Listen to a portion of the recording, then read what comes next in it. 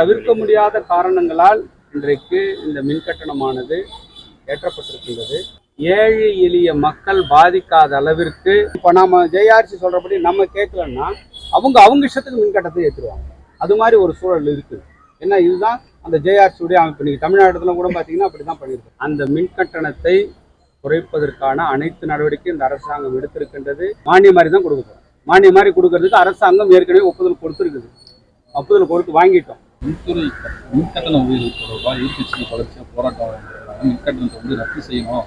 ஏற்கனவே சர்ச்சார்ஜுக்கு நிறைய மின்சுமை இருக்கிற காரணமாக இப்போ மின்கட்டண உயர்வு மக்களை பாதிக்கும் எதிர்கட்சிகள் தொடர்ச்சியாக இன்னைக்கு கூட போராட்டம் பண்ணாங்க. மின்கட்டணம் ரத்து செய்யறதுக்கு வாய்ப்பு இருக்கு. அதாவது இப்போ மின்கட்டண உயர்வை பொறுத்த வரைக்கும் பார்த்தீங்கன்னா அது எதுவுமே நம்முடைய அரசாங்கம் முடிவு பண்ணுறது இல்லை. ஜேஆர்சியின் ஜாயிண்ட் ரெகுலேஷன் கமிட்டி தான் அதை முடிவு பண்ணுறாங்க.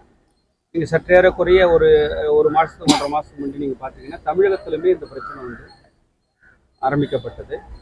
அப்படி ஆரம்பிக்கப்பட்ட போது இதே மாதிரி எதிர்கட்சிகள் எல்லாம் எல்லாமே அப்போது கேள்வி கேட்டாங்க. நீங்கள் தமிழகத்துக்கும் புதுச்சேரிக்கும் நம்ம கணக்கு பண்ணோம்னு சொன்னால் நம்ம எல்லாத்த விட நம்ம மின்கட்டணம் நம்ம கம்மியாக தான் இருக்கிறோம். இருந்தாலும் ஒரு சில தவிர்க்க முடியாத காரணங்களால் இன்றைக்கு இந்த மின்கட்டணமானது ஏற்றப்பட்டிருக்கின்றது. இருந்தாலும் நம்முடைய அரசாங்கம் அவற்றையெல்லாம் பொறுத்து ஏழை எளிய மக்கள் பாதிக்காத அளவிற்கு அந்த மின்கட்டணத்தை குறைப்பதற்கான அனைத்து நடவடிக்கையும் இந்த அரசாங்கம் எடுத்திருக்கின்றது. அதற்கான ஒப்புதலை நம்முடைய அரசாங்கம் மாண்புமிகு முதலமைச்சர் அவர்கள் கொடுத்திருக்கின்றார்கள். மாண்புமிகு துணைநிலை ஆளுநர் அவர்கள் அந்த ஃபைலுக்கு ஒப்புதல் கொடுத்துருக்குறாங்க. இது முன்கூட்டியே அதுக்கு ஒப்புதல்லாம் வாங்கி வச்சிருக்கிறோம். எனவே நம்முடைய ஏழை எளிய மக்கள் இந்த மின்கட்டணத்தின் மூலம் பாதிக்கப்பட மாட்டார்கள்.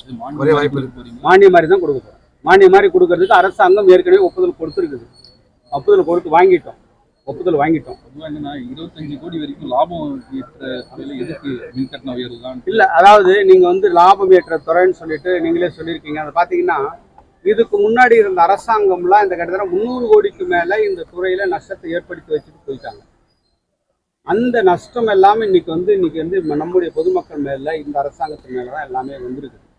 நீங்கள் பார்த்தீங்கன்னா இன்றைக்கி அந்த லாபம் கூட பார்த்தீங்கன்னா இன்னும் இன்றைக்கி பார்த்தீங்கன்னா நெய்வேலி லிக்விட் கார்பரேஷன் இங்கே நம்ம கரண்ட் வாங்கணுமோ பர்ச்சேஸ் பண்ணமோ அந்த இடத்துக்கு நம்ம இன்னும் பணம் கட்ட முடியாமலாம் நிற்குது. இன்னும் நிறைய கோடி கடன் நிலுவையில் இருக்குது. இப்போ அதெல்லாம் கட்ட வேண்டிய ஒரு சூழல் இருக்குது. என்ன பழைய அரசாங்கங்கள் செய்த அந்த அரசின் காரணமாக இதெல்லாமே நிற்குது. இப்போ இந்த 25 கோடி கூடுதலாக வந்தது கூட அந்த பழைய கடனுக்கு தான் போய் சேருது தவிர அப்படி இல்லை அந்த கடன் நம்ம செலுத்தலைன்னா நம்முடைய மாநிலத்திற்கு மின்சாரம் என்பதை கொடுப்பதற்கு யாரும் தயாராக இல்லாத ஒரு சூழல் ஏற்பட்டுடும். அதனால் நம்முடைய மின் தேவையை நாம் பூர்த்தி செய்ய முடியாத ஒரு சூழல் ஏற்படும். அதனால தான் இதையெல்லாம் நாம் கொண்டு வருவதற்காக தான் இதை போகிற ஒரு முடிவை நம்ம எடுக்கலை. இது ஜேஆர்சி தான் எடுத்துருக்கு. நம்முடைய அரசாங்கம் இதை எடுக்கலை. அவங்க முடிவில் எடுத்துருக்காங்க. இப்போ நம்ம ஜேஆர்சி சொல்கிறபடி நம்ம கேட்கலன்னா அவங்க இஷ்டத்துக்கு மின் கட்டணத்தை ஏற்றுருவாங்க. அது மாதிரி ஒரு சூழல் இருக்குது. ஏன்னா இதுதான் அந்த ஜேஆர்சியுடைய அமைப்பு. இன்னைக்கு தமிழ்நாடுல கூட பார்த்தீங்கன்னா அப்படி தான் பண்ணியிருக்கிறாங்க.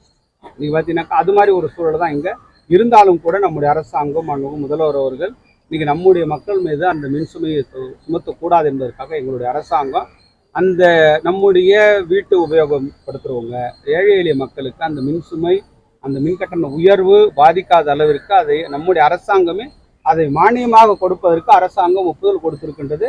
அதை நாங்கள் மானியமாக கொடுத்து அந்த மின்கட்டண உயர்விலிருந்து நம்முடைய மக்களை பாதுகாப்பதற்கு இந்த அரசாங்கம் நடவடிக்கை எடுத்திருக்கு. ஜியோ வாங்கிட்டோம். அரசாணை அதுக்காக வந்துடுது. அதனால கீழ்த்தட்டில் இருக்கிற மக்கள் அதற்கான மின்கட்டண உயர்வு இருக்காது. நான் முழு டீட்டெயிலாக உங்களுக்கு நான் கொடுக்குறேன்.